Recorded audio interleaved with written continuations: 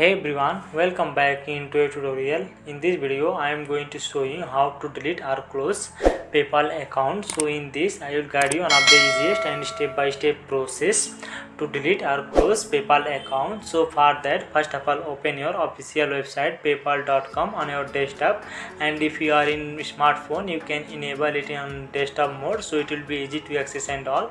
So now you can see here I already opened my PayPal page on my desktop. So inside that you will be seeing different options are there. So now you can see here logout option is there. Beside that you can see here one setting icon is there. So click on that setting icon, and after clicking on that you will be going directly on your account section page. So inside that you have to scroll it.